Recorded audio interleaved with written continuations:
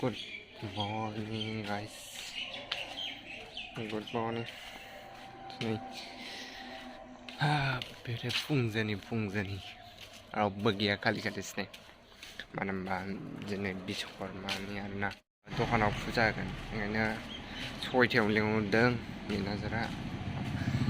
पुजारिखौ मोननो थाङा ओंखायनो फुङावनो होनाय जागोन दा बेनिखायनो थांगासिनो आरोना पुजा हैनो माबायाव दखानाव. नै आं सिगां फैबाय ओमफ्राय माखासे जोंनि स्टाफा फैगासिनो. दा माबायदि जागोन देखायलांसै माबायदि जायो. बयबोथ' दिनै पुजा होखायो आरोना न'खराव बयबो पुजा होयो. दा आं न'आवथ' थांनो मोनासै आंहा दा बेखायनो बेयावनो होनोसै आरो. आवाथिबो सावगोन ना मागोनथाय बांद्राय मोजां खबर गैया आरो आं पुजा होगोन होननानै मिथियो. बेरे फुंजानि सिखारनानै फ्रेस मोनदों, थान्दा मोनदों मोजांनो. बिराद गोबावसैमोन फुङाव सिखारैया. दिनै सिखारबाय नङाबा बिराद सान ओंखारलायोमोन सानफ्रामबो. अलसियासो जानो हमबायमोन.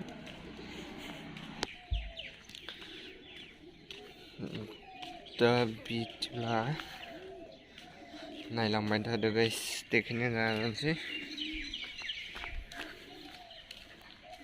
हारसिङैसो. देहा मालाय फुजा होनो नागिरदों. मोनफैबाय. दा फुजा होखांनानै रुमाव थांफिनबावगोन ओमफ्रायसो 11ता साराय 11तायाव फैफिनगोन आरोना. फुजानि थाखायनो दिनै फुङाव फैनाय जादों.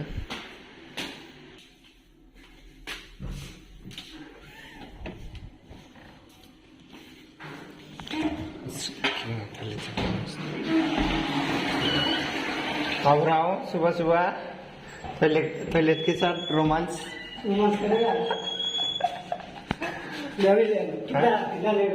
क्या लेट हुआ? मेरे को तो 6 बजे में बुलाया था, फिर भी मैं आ गया. बेरे फुंजानि फैनानै फैग्रोमोना नै बिलाय मिस सिंगुर.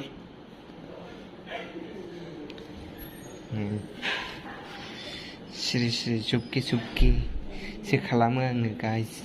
दादा दिदा खालामबाबो मबाइल होनो नोंजोरा. ओंखायनो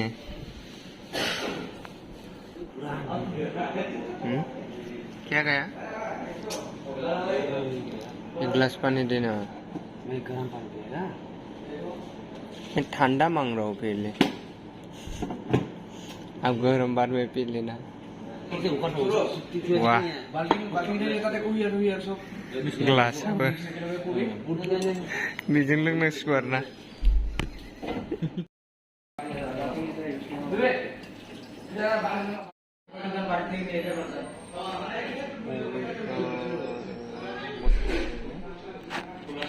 नैबे जाहैबाय गोदै गोबाब गोथाव माला नैबे जन्त्र मन्त्र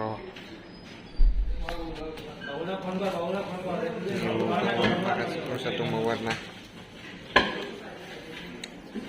अगर आपने बोरो भाषा में 3 सवाल का जवाब दे पाया तो मैं आपको कुछ दूंगा. पूजा होगोन माबायदि होगोन?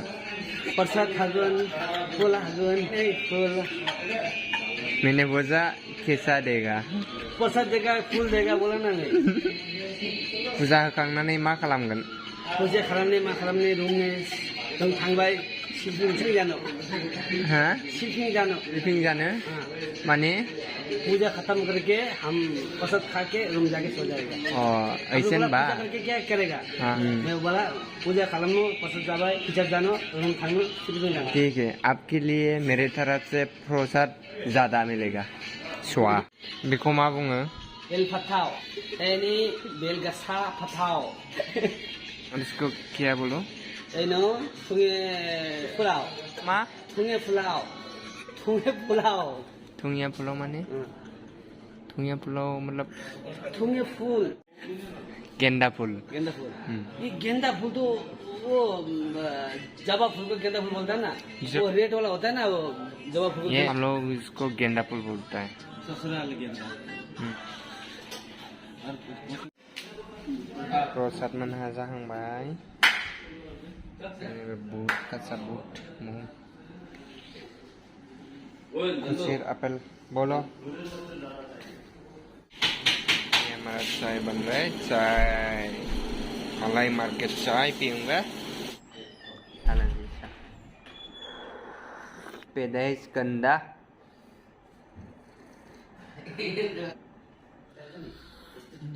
मलाई रही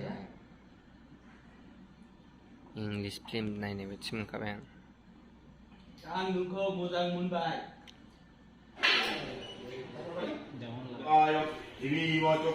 विष्णु समवचामि ओम नमः विष्णु मात्रेण शिक्षा। दा फुजा होखांबाय, बिनि उनाव प्रसाद जानोसै। प्रसाद ज' रानबाय आरो फुजा एरि होखांनानै फैबाय, ओमफ्राय दा रुमाव दसे उन्दुफिनसै। मानो होनबा उन्दुनाय जायाखै, रुमाव थांनानै दा टाइम जासान्दि उन्दुनोसै, ओमफ्राय फैफिनसै। प्रसाद जाबाय फैबाय आरोना, होमबा रुमाव थांनोसै। रुमनिफ्राय फैफिनबाय, सफैबाय गाइस। ओंखाम उखैबाय, ओमफ्राय खिसिरि जानोसै। खिसिरि जागोन होननानै जाखांनानै नैबे कास्टमारनि अर्डार, ओमफ्राय नैबेबो। मानो होनबा आङो बेखौ भिडिअ खालामदोंबा जोङो आपल'ड होयोना पेजआव, ओंखायनो फट' खेबो। दा बेखौनो नोंसोरनो देखायदों गाइस।